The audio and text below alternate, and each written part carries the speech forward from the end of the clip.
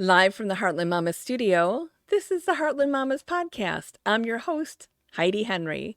The Heartland Mamas podcast is available on all podcast platforms, YouTube, TikTok, Facebook, and proudly part of the Demcast USA network.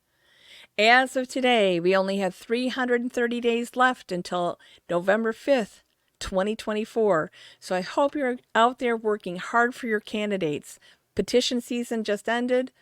The opportunity to kick people off the ballot is over. Some people do have challenges. I'm wishing them all the best. And I'm wishing you the wherewithal to work your butts off for every Democratic candidate up and down the ballot. So today, we need to finally discuss the Hamas-Israeli war. I have tried not to speak on this issue because it is a world issue, not an Illinois issue. It's a federal issue, not a Heidi issue. But we can't help but have an opinion on what's going on over there.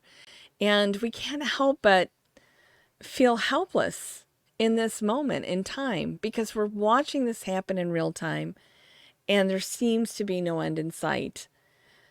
So when I knock on people's doors, this is all they want to talk about right now. I mean, every jump in the news cycle, brings new questions about different things.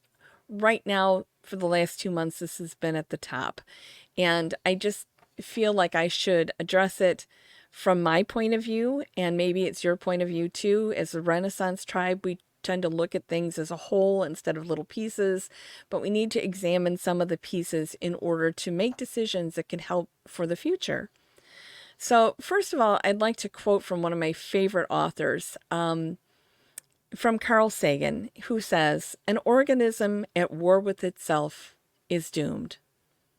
And what he's alluding to is that no one wins at war. I mean, we call winners and losers, but the reality is that we all lose. We all lose a huge part of our collective soul when we participate in the licensed murdering spree called war. Second of all, it is not anti-Semitic to criticize Israel's response to the horrific attack on Hamas on October 7th.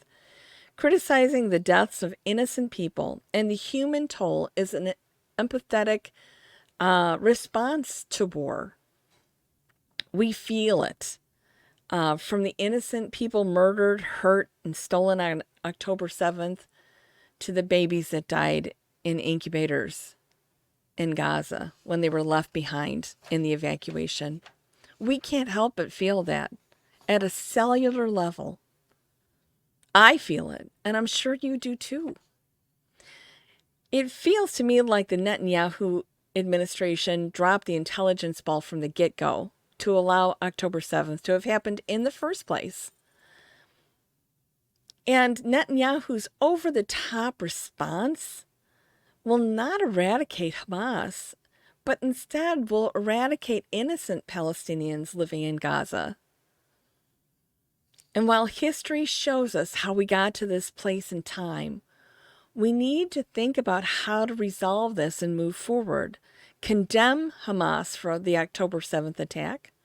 Root out all those that planned and executed this horrific violence.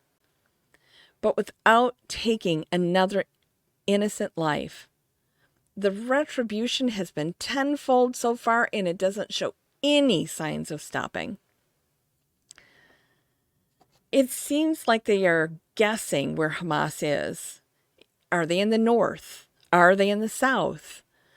In an area from Ottawa, Illinois to Morris, Illinois, and from Interstate 80 to the Illinois River, this is a hugely, densely populated area.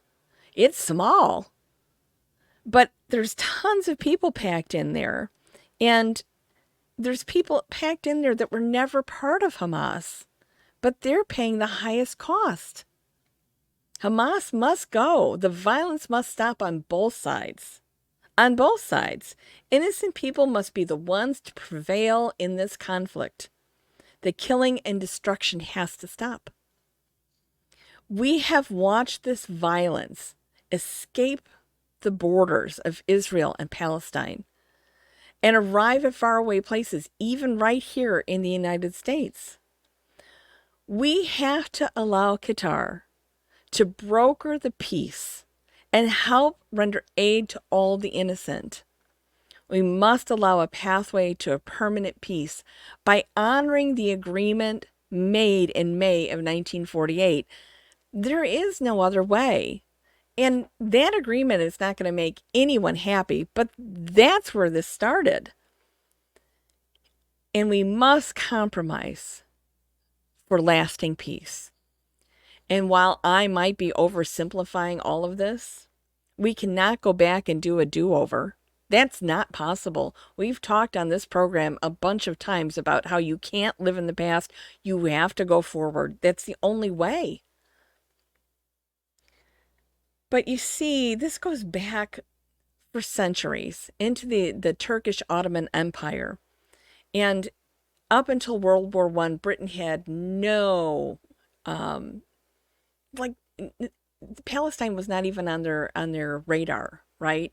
So when Britain went to war in World War I with the Ottoman Empire, Palestine was one of those victory trophies, I guess, for Britain. And they didn't really want to deal with it anymore. So they did what they've done, just like what they did in India. They decided to break it up, to break Palestine up into a Muslim part and a Jewish part, but they didn't respect the culture, the history, the families, the commerce, the society, the religion, nothing that already existed when they decided to partition Palestine. So, and why it may have sounded sensible at the time, just like when they broke up India into India and Pakistan, that sounded sensible, right? What a hot mess that's been. And still is. You know, you still have families that were once on the same street that are now in different countries. And it's the same thing in Palestine. So, in that area has been super fluid even before the Turkish Ottoman Empire. It's been fluid since before recorded history, right? I mean, it's changed hands a bunch of times. It's been different things. So we can't expect a miracle, but I think we have to go back to when this started in May of 1948 and just go from there, because we don't have a choice.